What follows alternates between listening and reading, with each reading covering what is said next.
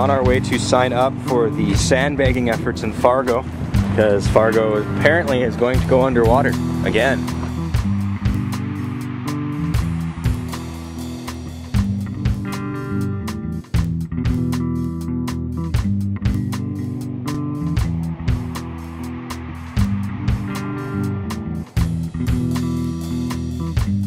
We're in South Fargo somewhere in a neighborhood called Oak Creek, and it looks like we've got a couple flatbeds with sandbags, and we are going to unload the sandbags, and it looks like we're making a line, and we're used to nuts. Get some stuff going here.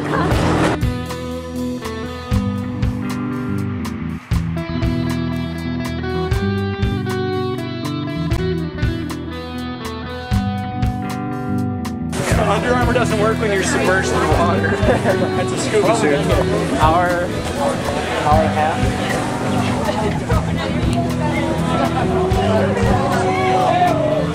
Oh, nice.